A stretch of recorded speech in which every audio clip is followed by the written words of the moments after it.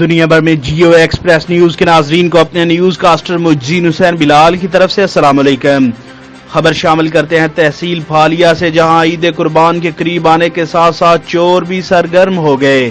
نامعلوم چور کریانہ کی دکان کا چھت پھاڑ کر ہزاروں روپے نقدی اور سامان لوٹ کر فرار۔ متاثرہ دکاندار کا چوکی ہیلاں کو کارروائی کے لیے درخواست دینے سے انکار۔ جیسے جیسے عید قربان قریب آ رہی ہے، چوری کی وارداتوں میں بھی اضافہ ہو رہا ہے۔ گزشتہ رات نامعلوم چور ہیلا میں واقع ملک افضل کریانہ سٹور کی دکان کا چھت پھاڑ کر 25,000 روپے نقدی جبکہ ہزاروں روپے مالیت کا سامان چرا کر لے گئے۔ جب لوگوں نے متاثرہ دکاندار کو پولیس چوکی ہیلا میں کارروائی کا مشورہ دیا تو دکاندار کا کہنا تھا، پولیس آنی درخواست جو میں درخواست نہیں دینی، میں اگے 2 بار درخواست دی تو میرا کچھ نہیں بنیا۔ آج بھی آنے درخواست دی، میں نہیں درخواست دینی، FIR کر دیں تو میں حاضر ہے، میں کٹانی ہے، باقی میں درخواست نہیں دینی۔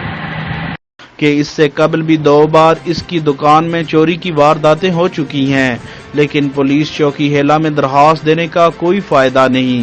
اہل علاقہ نے متاثرہ دکاندار کی طرف سے پولیس چوکی ہیلا پر عدم اعتماد نے پولیس چوکی ہیلا اور SHO ماڈل پولیس اسٹیشن پھالیا کی کارکردگی پر بھی سوالیہ نشان لگا دیا ہے اور DPO منڈی بہاؤدین ناصر خان سیال سے فوری نوٹس لینے کا مطالبہ کیا ہے۔